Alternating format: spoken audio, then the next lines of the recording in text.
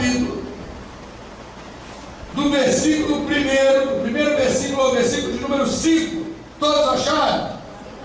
Então diz assim a palavra do Senhor: Paulo, apóstolo, não da parte de homens, nem por intermédio de homem algum, mas por Jesus Cristo e por Deus Pai, que o ressuscitou dentre os mortos.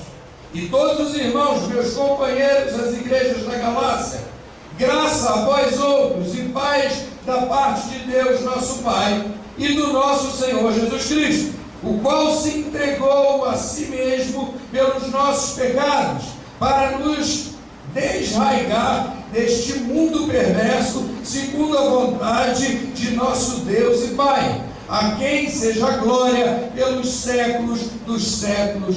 Amém. Senhor, obrigado, Deus, pela tua palavra, pela revelação escrita.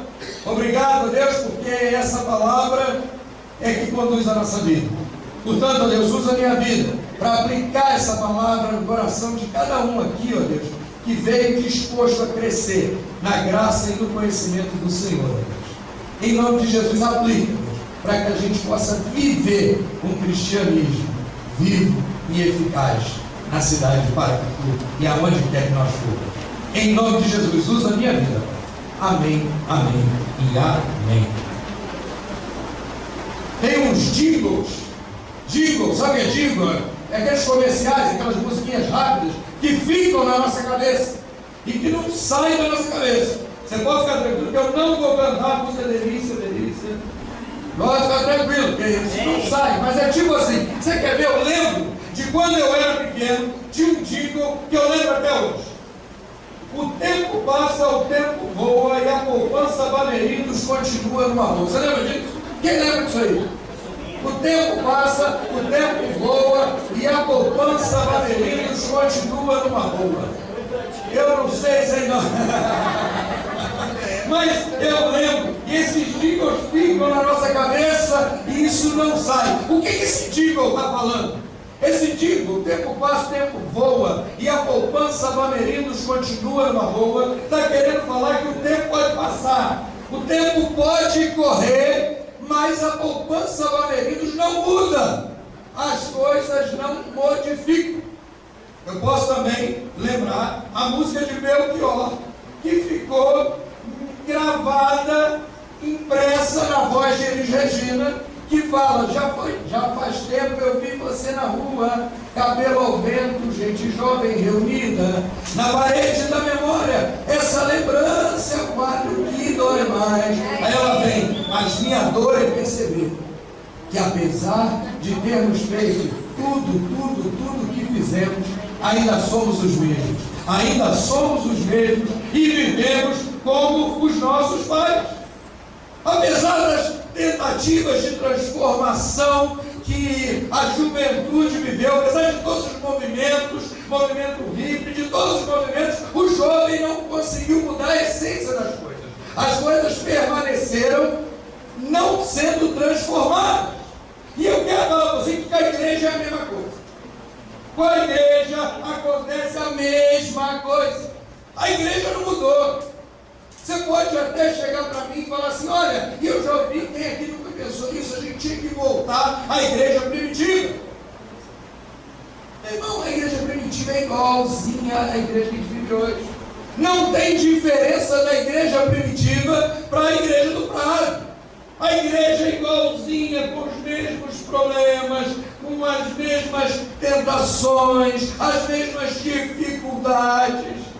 E eu sou capaz até de te mostrar que essas dificuldades não são acerca só do comportamento humano. As dificuldades vão até no fato de conseguir manter a mensagem do Evangelho primitivo pura. Você quer ver uma coisa? Quando Paulo escreve aos Gálatas, Paulo escreve, você sabe por quê? Paulo teve na Galácia a primeira vez, sua primeira viagem missionária, junto com Barnabé. A aceitação dos Gálatas, a mensagem do Evangelho foi excelente. A aceitação foi muito boa. Muitas pessoas entregaram suas vidas e começaram a servir ao cristianismo, aceitaram a mensagem do Evangelho. Só que foi Paulo virar as costas, mais Barnabé, e ele fica sabendo que um grupo de judaizantes chegaram na Galácia e começaram a pregar outra mensagem que não era o Evangelho de Jesus. E eles começam a pregar essa outra mensagem, deturpando a graça de Deus. Eles começam a falar: olha, esse papo de graça aí que Paulo veio pregar, isso é papo furado. Vocês precisam observar as leis, a lei de Moisés. Vocês precisam serem circuncidados. Sem circuncisão não tem salvação. E eles adulteram assim a graça de Deus. Aí Paulo fica sabendo disso. E Paulo fica fervoroso com isso. Portanto, Paulo escreve a carta que, segundo alguns teólogos, é a carta mais antiga do apóstolo Paulo, mas com certeza é a carta mais apologética, em defesa da fé, porque Paulo escreve essa carta meio que furioso com os irmãos da Galácia. Ele escreve essa carta porque ele fala: olha, eu estive lá, as perseguições aumentando, eu preguei para esse povo, foi só eu virar as costas que bate qualquer vento de doutrina e leva esse povo. Eu chamo a sua atenção, porque é como se Paulo falasse: olha, é inadmissível para um cristão aceitar uma mensagem do Evangelho adulterada. É inadmissível para um cristão não se preocupar com a doutrina cristã em sua essência. Então Paulo escreve a carta aos Gálatas para corrigir os Gálatas contra a falsa doutrina que tinha chegado lá. O que deixa curioso é porque, como eu falei no início da mensagem, a igreja não mudou.